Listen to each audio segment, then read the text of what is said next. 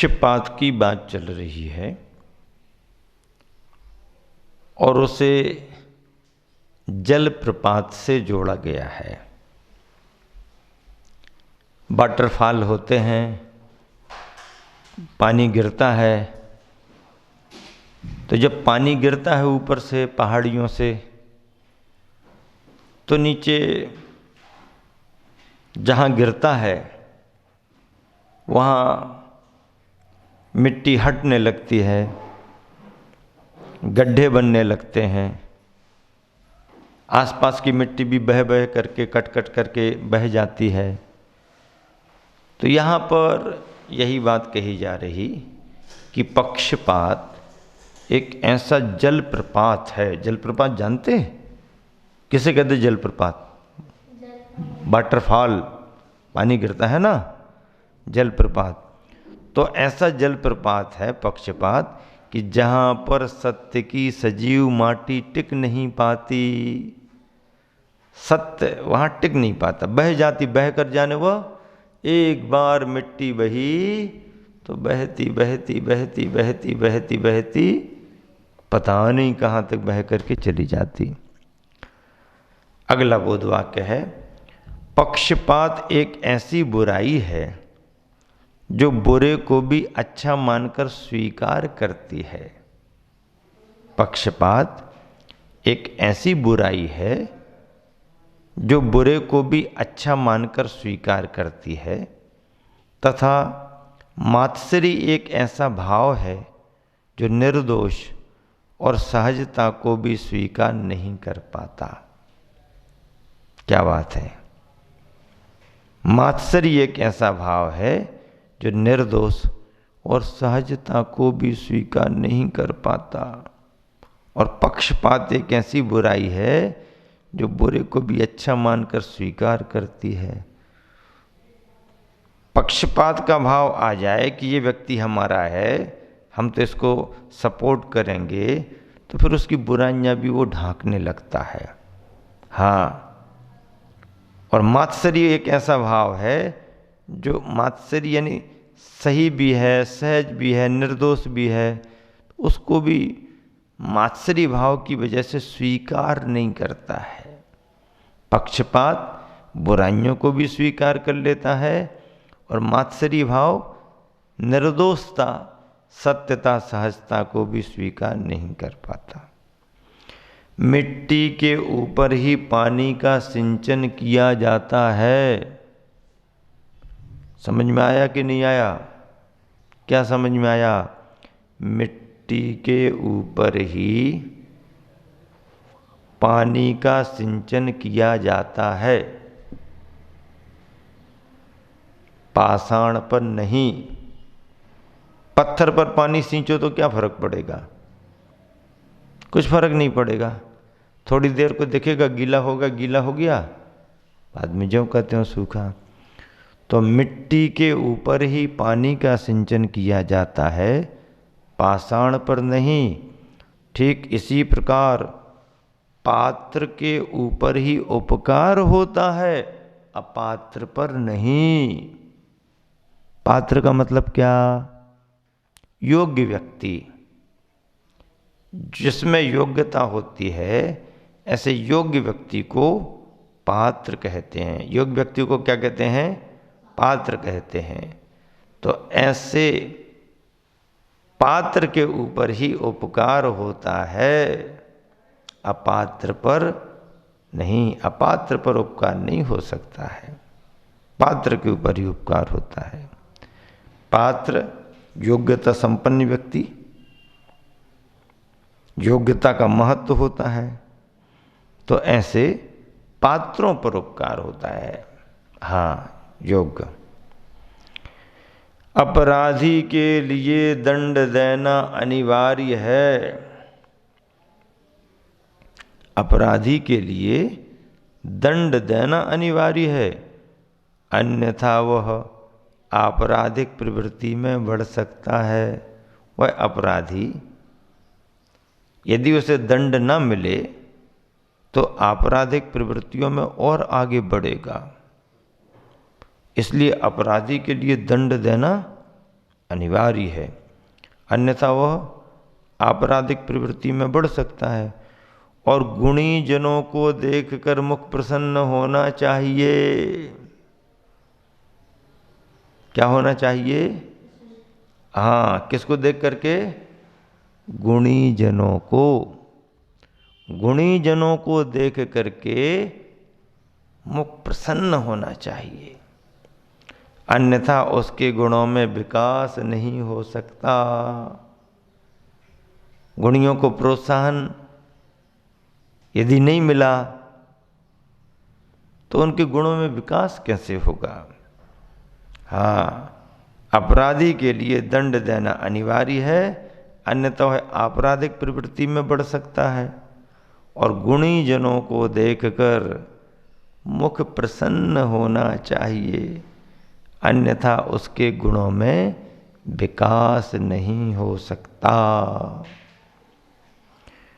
क्रूर अपराध के लिए दंड भी क्रूर ही दिया जाए, यह कुछ जमता नहीं है। क्रूर अपराध के लिए दंड भी क्रूर ही दिया जाए, यह कुछ जमता सा नहीं है। अपराध तो क्रूर हो गया, जघन्य हो गया, निकृष्ट अपराध हो गया। अपराध तो हो ही गया, पर क्रूरतापूर्ण अपराध यदि किसी ने किया है तब उसको क्रूरतापूर्ण ही दंड दिया जाए, ऐसी अनिवार्यता नहीं है, यह जमता सा नहीं है। धर्म नीति को लेकर के अब बोधवाक्य आ रहे हैं। सत्शिव सुंदर के इस 5वें खंड में धर्म नीति की अब चर्चा प्रारंभ हो रही है। उपशीर्षक धर्म नीति है। अहिंसा धर्म के सद्भाव में सब धर्म अपने आप पल जाते हैं। क्या? अहिंसा धर्म के सद्भाव में सब धर्म अपने आप पल जाते हैं। कौन कौन से धर्म पल जाते हैं अहिंसा पलने से? सत्य, आचौर्य, ब्रह्मचर्य, अपरिग्रह, सारे धर्म अपने आप पल जाते हैं। अहिंसा होना चाहिए तुम्हारे पास। अहिंसा का अर्थ समझते नहीं समझते? क्या है अहिंसा का अर्थ? हिंसा ना करना। हिंसा किसे कहते हैं?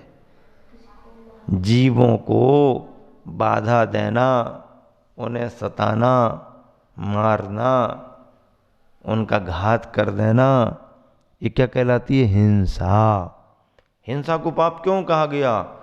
क्योंकि कोई भी जीव मरना नहीं चाहता। कोई भी जीव मरना नहीं चाहता। कोई जीव मरना चाहता क्या? नहीं चाहता। गुस्से में कुछ कह दे बात अलग है। गुस्से में क्या कह देते हैं? गुस्से में क्या क्या कह देते हैं आजकल के बच्चे? आप ऐसा नहीं करोगे तो मैं, आप ऐसा नहीं करोगे तो, उन्हें ब्लैकमेल करते हैं। क्या करते हैं? क्या करते हैं?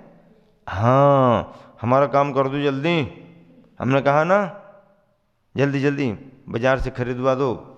नहीं नहीं अभी नहीं, इंतजाम नहीं करते तो हम जे चले।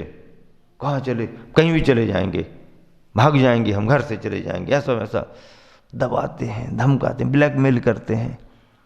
तो ये गड़बड़ है। तो ऐसे हिंसा, जीवों को सताना, उन्हें कष्ट देना, उन्हें मारना, पीड़ा देना, ये हिंसा मानी गई है। हिंसा अधर्म है। हिंसा क्या है? अधर्म है। अहिंसा क्या है? धर्म है। अहिंसा को धर्म कहा, अहिंसा को परम धर्म कहा है। तो अहिंसा धर्म के सद्भाव में जिसके जीवन में अहिंसा है, जीव दया का भाव है, जीवों की रक्षा में लगा रहता है, जीवों की सेवा में लगा रहता है, तो उस अहिंसा के सद्भाव में सब धर्म अपने आप पल जाते हैं। सब धर्म हमारा उपास्य है, उसकी रक्षा के लिए हमें हमेशा कटिबद्ध रहना चाहिए, हमेशा कटिबद्ध रहना चाहिए। मूल धर्म अहिंसा है। सत्य, अचौर्य, ब्रह्मचर्य और अपरिग्रह का पालन उसी अहिंसा धर्म की रक्षा के लिए किया जाता है। मूल धर्म क्या है? अहिंसा। क्या समझे? मूल धर्म क्या है? अहिंसा। मूल धर्म अहिंसा है। सत्य, अचौर्य, ब्रह्मचर्य और अपरिग्रह का पालन उसी अहिंसा धर्म की रक्षा के लिए किया जाता है। अहिंसा धर्म की रक्षा के लिए ही सत्य आदि व्रतों का, धर्म का पालन किया जाता है। मूल में क्या हो गई? अहिंसा। अहिंसा जड़ के समान मूल मानी गई है। मूल धर्म अहिंसा है। सत्य, अचौर्य, ब्रह्मचर्य और अपरिग्रह का पालन। अपरिग्रह का पालन, परिग्रह जोड़ो और इकट्ठा करो, इतने से काम नहीं चलेगा। 2 ड्रेसों से काम चल सकता है नहीं, 5-6 होना। अभी खराब तो हुई नहीं है, नहीं हुई तो क्या हुआ, और नई खरीद करके लाएंगे। दिवाली की अलग, होली की अलग, मामा की तरफ से अलग, नानी की तरफ से अलग, जन्मदिन की, बर्थडे की गिफ्ट अलग। अरे भैया कितने सारे रखोगे?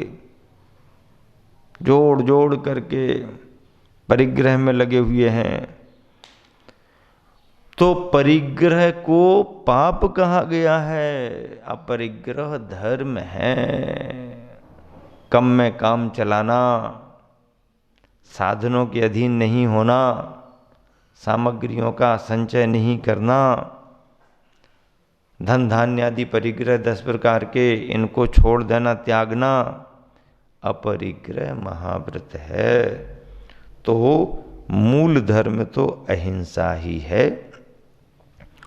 उस अहिंसा की रक्षा के लिए बाकी के सभी व्रत माने गए हैं। बाकी के सभी व्रतों का महत्व है। मूल धर्म तो अहिंसा है। यदि हम अहिंसा से भावित हैं तो दूसरा हमसे अपने आप ही प्रभावित होगा। यदि हम अहिंसा से भावित हैं, अहिंसा से भावित हैं का मतलब अहिंसा से जुड़े हुए हैं, तो दूसरा हमसे अपने आप ही प्रभावित होगा। अहिंसा के धर्म से यदि हम भावित हैं तो दूसरा हमसे प्रभावित होगा, और हम ही भावित नहीं हैं तो दूसरा हमसे प्रभावित नहीं होगा। भावित और प्रभावित।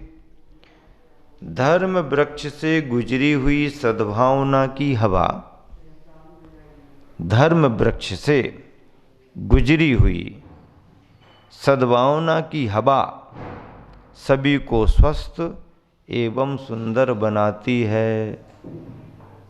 धर्म वृक्ष से गुजरी हुई, धर्म वृक्ष से जुड़ करके स्पर्श करती हुई सद्भावना की हवा। हवा किसकी? सद्भावना की हवा। सद्भावना किसे कहते हैं? सभी के प्रति शुभ भावना, अच्छी भावना को सद्भावना कहते हैं। जैसे भगवान सबका भला हो, सबका अच्छा हो, सबका कल्याण हो, सभी जीव सुखी रहें, सभी जीव स्वस्थ रहें, कोई परेशान ना हो, कोई किसी को परेशान ना करे, ये भावना क्या कहलाती है? सद्भावना। तो ऐसी धर्म वृक्ष से गुजरी हुई सद्भावना की हवा सभी को स्वस्थ एवं सुंदर बनाती है। सभी को स्वस्थ बनाती है और सभी को सुंदर बनाती है। स्वस्थ भी बनाती है और सुंदर भी बनाती है। धार्मिक क्रियाकलापों को, धार्मिक क्रियाकलापों को सामूहिक रूप से करने पर विचार तथा अनुभव में वृद्धि होती है। धार्मिक क्रियाकलापों को सामूहिक रूप से करने पर विचार तथा अनुभवों में वृद्धि होती है। विचारों में भी वृद्धि होती है और अनुभव में भी वृद्धि होती है। क्या करने से? धार्मिक क्रियाकलापों को सामूहिक रूप में करने से। एक साथ मिलकर के करो, ग्रुप में करो, समूह में करो। तो समूह रूप में जब हम कोई कार्य करते हैं, धार्मिक क्रियाकलाप करते हैं, तो उससे विचारों में भी वृद्धि होती है एक दूसरे, और अनुभव में भी वृद्धि होती है। एक दूसरे के अनुभव को हम साझा करते हैं, विचारों में भी वृद्धि और अनुभव में भी वृद्धि होती है। दोहा है इस पृष्ठ का, प्रीति भीति सुख दुख नसे, धरे न चेतन रीत। प्रीति भी नसे, भीति भय भी नसे, सुख दुख सब नसे नष्ट हो। धरे न चेतन रीत, अजीव तन धन आदि ये तुम समझो भय भीति। अजीव रूप में जो तन और धन है आदि, ये तुम समझो भय भीति, ये भयभीत कराने वाले हैं। अजीव, जड़, धन आदि आदि, तन धन आदि आदि।